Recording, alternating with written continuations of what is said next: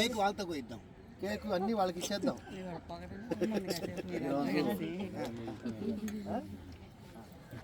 ఈరోజు ఈ దేశాన్ని ప్రపంచాన్ని కంటికి రెప్పలా కాపాడుతూ అమ్మగా చెల్లిగా అక్కగా ఎన్నో బాధ్యతలు నిర్వహిస్తూ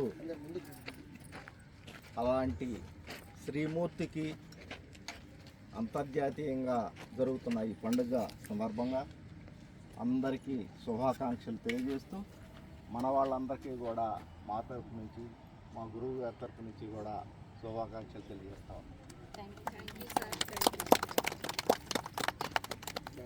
ఈ ఒక్క పావుగంటలో ముగిద్దామండి, ఏమనుకోవద్దు. అయితే ఈ కార్యక్రమం మరి స్త్రీకి చాలా ఇంపార్టెన్స్ ఉంది. మరి స్త్రీ లేనిది మరి మహిళ లేనిది ఎవరం కూడా మేము కానీ మీరు కానీ. అన్నిటికంటే గమ్మత్తు విషయం ఏంటంటే అసలు ఎక్సే మెయిన్. ఎక్స్ చాలా పవర్ఫుల్, చాలా స్ట్రాంగ్. అబార్షన్స్ అయిన అన్నీ కనుక అనాలిసిస్ చేస్తే 90% మేల్ చైల్డే అబార్షన్స్ అవుతాయి. Female X is very strong. So X is a basic thing. Y is added. Y అంటే ఒక ముక్క పోయిన ఎక్స్. సో వై అనేది బేసిక్గా ఎక్స్లో ఒక భాగమే. అన్ని హార్మోన్స్ ఈస్ట్రోజన్ దగ్గర నుంచే తయారవుతాయి. ఈస్ట్రోజన్లో చిన్న మార్పుతో టెస్టోస్టెరాన్ వస్తుంది. సో ఆడ మగ అనేది మనం నిర్ణయించుకున్న విషయం, కానీ భగవంతుడి విషయం మాత్రం బేసిక్గా ఆది పరాశక్తి ఎక్స్. దాంట్లో రెండో పాయింట్ లేదు. అక్కడి నుంచే మిగతా అన్నీ వచ్చినాయి జెనెటిక్గా, సైంటిఫిక్గా. ఇంకా మిగతా విషయాలు అంటారా, యక్షుడు ధర్మరాజుకి యక్ష ప్రశ్నలు వేస్తాడు, 100 ప్రశ్నలు. అతను అడుగుతాడు, అన్నిటికంటే గొప్ప స్నేహితుడు ఎవరు అంటే భగవంతుడు భార్యని భగవంతుడు ఇచ్చిన స్నేహితుడు అని ధర్మరాజు చెప్తాడు. సో ఆడది అనే దానికి అంత గౌరవం మన హిందూ ధర్మంలో ఇచ్చారు, సైంటిఫిక్గా ఇచ్చారు. కాకపోతే దురదృష్టం ఏంటంటే ఇక్కడ ఆడవాళ్ళకి గర్భిణీ టైంలో స్ట్రెంగ్త్ తగ్గుతుంది. కాబట్టి ఈ పోరాటాల్లో ఆ రోజుల్లో జంతువుల్ని చంపి తినే ఏజ్లో ఆడది ఆ 10 నెలలు లొంగిపోవటం వల్ల మగవాడు డామినేట్ అయ్యాడు. అది అలవాటు అయిపోయి ఇంకా ఫైనాన్షియల్గా మేము చెప్పలేని అన్ని కష్టాలు అన్నీ తెలుసు. మగముండా కొడుకుల కష్టాలన్నీ అన్నీ సంతి 1977 నుంచి అంతర్జాతీయ మహిళా దినోత్సవం జరుపుకోవడానికి కారణం మహిళలకు గుర్తింపునివ్వటం, వారు సాధించినటువంటి ఘన విజయాలని ప్రపంచానికి చాటి చెప్పటం, వారికి సాధికారతని నిర్ణయించడం, అంటే స్వయం ఉపాధి, వాళ్ళ కాళ్ళ మీద వాళ్ళు నిలబడి వాళ్ళ కుటుంబాలను వాళ్ళు పోషించుకునేట్టుగా చేయటం. దీనికంటే ముందు కూడా చరిత్రలో ఏంటంటే యూరోపియన్ విప్లవాల్లో మనకి అమెరికా విప్లవం కానివ్వండి, లేకపోతే ఇంగ్లాండ్ విప్లవం కానివ్వండి, రష్యా విప్లవం, ఈ విప్లవాలన్నింటిలో కూడా మహిళలు కీలక పాత్ర వహించారు. వారు ఆ రోజుల్లోనే హక్కుల కోసం పోరాడారు, ఓటు హక్కును పొందారు. అప్పుడు వాళ్ళు మరి కారణం ఏంటంటే వాళ్ళకి చదువు ఉండటం మూలంగా, అప్పుడు వాళ్ళకి ఎడ్యుకేషన్ ఉండటం మూలంగా. ఏపీ స్టేట్లో శాతవాహన పీరియడ్ ఉండేది. అప్పుడు గౌతమిపుత్ర శాతకర్ణి అని చెప్పి మంచి రూలింగ్ చేసిన రాణి, ఆమె టైంలోనే కరెన్సీ మీద మహిళలకు ప్రయారిటీ ఉండేది. అదేవిధంగా ఇప్పుడు మీరు చెప్పుకునే వెటర్నరీ హాస్పిటల్స్ అప్పుడే కట్టించారు ఆమె.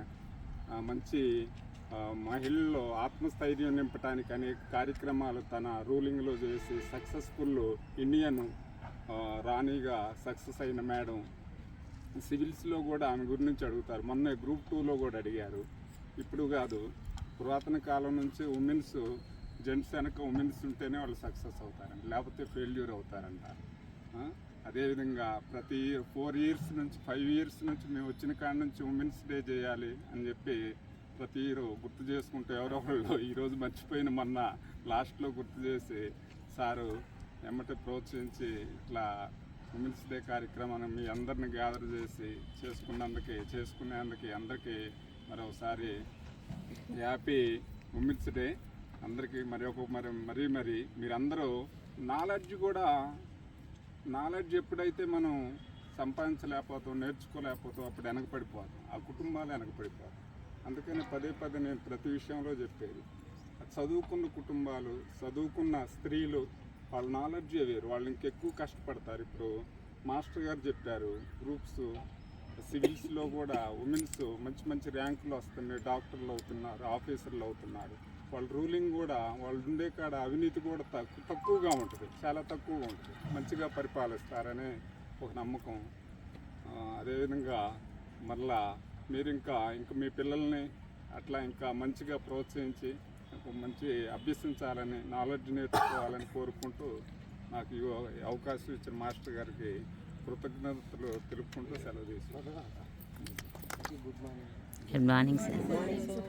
అందరికీ మహిళా దినోత్సవ శుభాకాంక్షలు.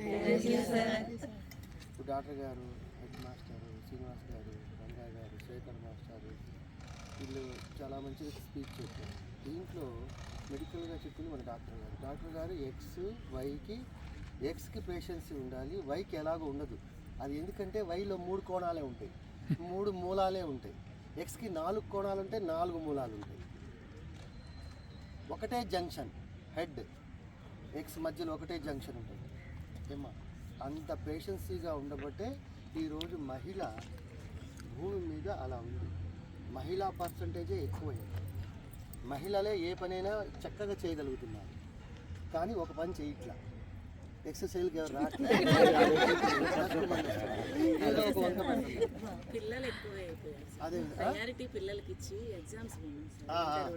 అట్లా కాదు ఎప్పుడు కూడా. అయితే ఏం జరుగుతుందంటే ఈ మహిళ తన దగ్గరున్న ఓపిక మొత్తాన్ని తన పెళ్ళైన తర్వాత